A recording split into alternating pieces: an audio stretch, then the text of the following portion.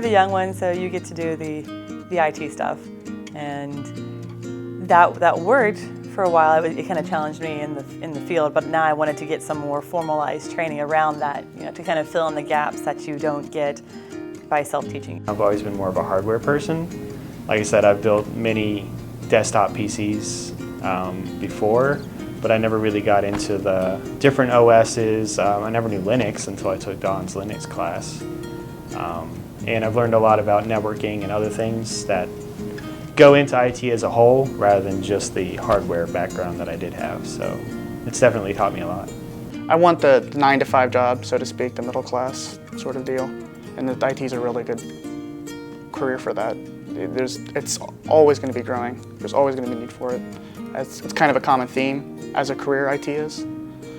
So if anything can prevent me opportunity, it'd be IT at any time.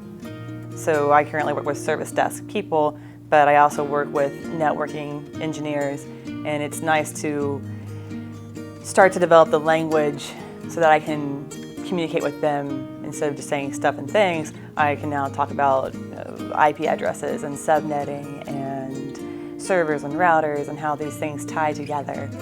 And that's a language I didn't have before.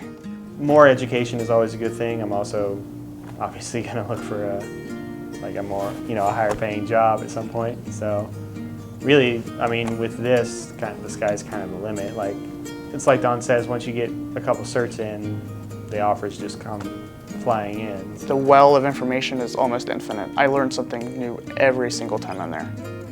Every single time. Doesn't matter how much I would know, but I will still probably learn something new. Whether from the people I know, and then in the class, or from the course itself. I'm always learning something.